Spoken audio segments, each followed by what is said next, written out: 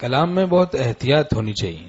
غیر مقصود میں رواں کلام معرفت سے کورا ہونے کی علامت ہے. حکیم الامت فرماتے ہیں بعض لوگوں کو غیر مقصود میں بس ایسی فضول لغو باتوں میں بڑی روانی ہوتی ہے، تو بھائی ادھر محتاط رہنا چاہیے. غیر مقصود میں رواں کلام تو باطن کی کورا ہونے کی علامت ہے. دین میں ہو رواں کلام، مفید باتوں میں ہو، لوگوں کو نفع پہنچانے میں ہو. حدیث شریف میں مضمون ہے کہ بہترین انسان وہ ہے جو لوگوں کو نفع پہنچائے. ٹھیک ہے، خدمت خلق کے لیے ہو روانی کلام کی.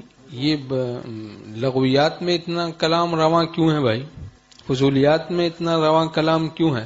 کہتے ہیں بھئی سارے گنہگار ہیں، تو بھئی الا ماشاء اللہ لگا دو. احتیاط کا تقاضا ہے. اب یہ کہ دعویٰ ہو گیا بڑا، ٹھیک ہے، بہت سے لوگ بھئی فلاں علاقے میں کہا جائے کہ بھئی بہت لوگ گناہوں میں مبتلا ہیں، ٹھیک ہے، حصی چیز ہے، اس نے اس کو بیان کیا. لیکن اگر ہو سکتا ہے دو چار اللہ والے بھی ہوں، نیک بھی لوگ ہوں، اللہ ماشاء اللہ لگا دیتا تو محتاط کلام ہو جاتا. اور اس کے کلام نے اس کو خدا سے دور کر دیا، سب کو لپیٹ دیا اس نے. تو اب اصلاح نہیں کروائی اور ممبر پہ بیٹھ گئے، تو اب کیا ہوگا؟ بعض اوقات وہ اس کا بیان اور وعظ اس کو خدا سے دور کر دیتا ہے. کسی کے کلام کا دیر سے جواب دینا یہ بھی بے ادبی ہے. حکیم الامت تھانوی رحمۃ اللہ علیہ فرماتے ہیں یہ انتظار کی تکلیف دینا ہے. انتظار کی تکلیف دینا ہے. بعض تھوڑے ڈیڑھ ہوشیار نفس پرست ہوتے ہیں کہ اینٹ مڑوڑ نہیں چھوڑتے ہیں، اینٹ مڑوڑ نہیں چھوڑتے، اپنی ذرا اینٹ مڑوڑ میں رہتے ہیں. کچھ نفس کی بھی رعایت، جواب بھی دیتے ہیں کہ وجوب تو ادا ہو جائے، کچھ دیر سے بھی دیتے ہیں. یہ بھی تو ایک دیر سے جواب دینا بھی تو ایذا پہنچانا ہے. ایذا پہنچانا، ایذا مسلم حرام ہے، گناہ کبیرہ ہے. ایذا پہنچانا، نیت ہے ایذا پہنچانے کی تو یہ بری چیز ہے، پھر مرض ہے. لیکن بے نیت کے ایسا کرتے ہیں تو خواہ کیوں بھائی ایسا کریں؟ کلام محتاط ہونا چاہیے. ہمارے شیخ رحمۃ اللہ کے پاس کوئی آتا کہتا حضرت یہ میرا صاحبزادہ ہے. فرماتے تھے آپ صاحب ہیں؟ تو وہ پھر آگے تو جواب نہیں بن پڑتا تھا بیچارے سے. فرماتے تھے کہ کہو غلام زادہ ہے، اپنے کو غلام کہو. خدا کے غلام ہیں ہم، عبد ہیں، اللہ کے غلام ہیں. وہ ہمارا معبود ہے، ہم اس کے بندے ہیں، غلام ہیں. یہ غلام کا زادہ ہے، غلام کا بیٹا ہے، یہ غلام زادی ہے، یہ غلام زادہ ہے.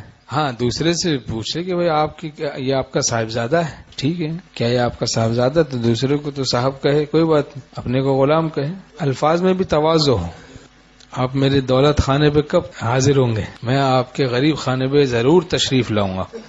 تو بعض ملتے ہیں کہتے ہیں کہ وہ میں آپ کے ہاں ضرور تشریف لاؤں گا. تو اگر کوئی بیعت ہوتا ہے، اصلاح کا تعلق ہوتا ہے، تو اس کو ہم کہتے ہیں بھائی یہ ایسے نہیں کہنا چاہیے، مناسب نہیں. یوں کہنا چاہیے کہ آپ کے لیے مناسب یہ ہے کہ آپ کہیں کہ میں آپ کے ہاں حاضر ہوں گا. اپنے لیے کہے کہ میں حاضر ہوں گا، اور دوسرے کے لیے کہے کہ آپ کب تشریف لائیں گے. یہ سب آداب ہیں. الفاظ ظاہر کا باطن پر اثر پڑتا ہے. جسم سے روح آتی ہے، الفاظ سے معنی آتے ہیں. جیسا ظاہر بناتا ہے ویسا باطن آ جاتا ہے.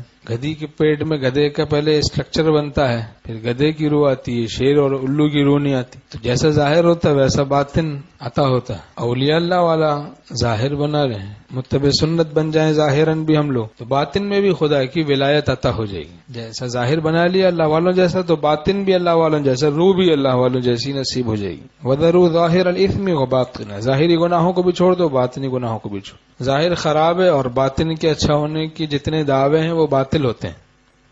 اور لاڑے لپے، ٹوپی اس کی ٹوپی اس کے سر، اس کی ٹوپی اس کے سر، تو اس سے بھی بچنا ہے. ایک صاحب کو فون آیا، کہتے ہیں ہیلو، ہاں ہیلو، ہاں بھائی وہ میرے پیسے، ہیلو آواز نہیں آ رہی. کہتے ہیں بھائی وہ میرے پیسے آپ نے لیے تھے، وہ اس کا کیا ہوا پیسوں کا؟ وہ آپ آج کا آپ نے وعدہ کیا تھا، کیا ہوا؟ ہیلو آواز نہیں آ رہی ہے. تو بھائی وہ پیسے جو میرے تھے اس کا کیا ہوا؟ کہتے آواز نہیں آ رہی. تو ساتھ میں ایک آدمی بیٹھا تھا، اس نے یار آواز آ تو رہی ہے، مجھے بھی آ رہی ہے اسپیکر میں سے. اس نے کہا تجھے آ رہی ہے تو دے دے. سچ بولنا چاہیے. لاڑے لپے، ٹوپی، ڈرامہ جس کو آج کل کہتے ہیں نا، تکلیف دینے والی چیزیں ہیں ساری. ایذا مسلم حرام ہے، گناہ کبیرہ ہے. نہیں ہے ویسے کہتے ہے ہی نہیں تو کہاں سے دوں؟ اب میں کیا کروں؟ ہے ہی نہیں، لے لیے کھا لیے، اب کیا کروں؟ تو بتا حال اس کا. اب جھوٹ بولوں گا تو مزید ظلم در ظلم ہو جائے گا. سچ بول رہا ہوں، اب میں کیا کروں؟ آپ بتائیں کیا کرنا چاہیے. اللہ تعالی ہم سب کو اپنی رحمت و کرم سے تقوی نصیب فرمائے، جھوٹ سے بچنے کی توفیق نصیب فرمائے.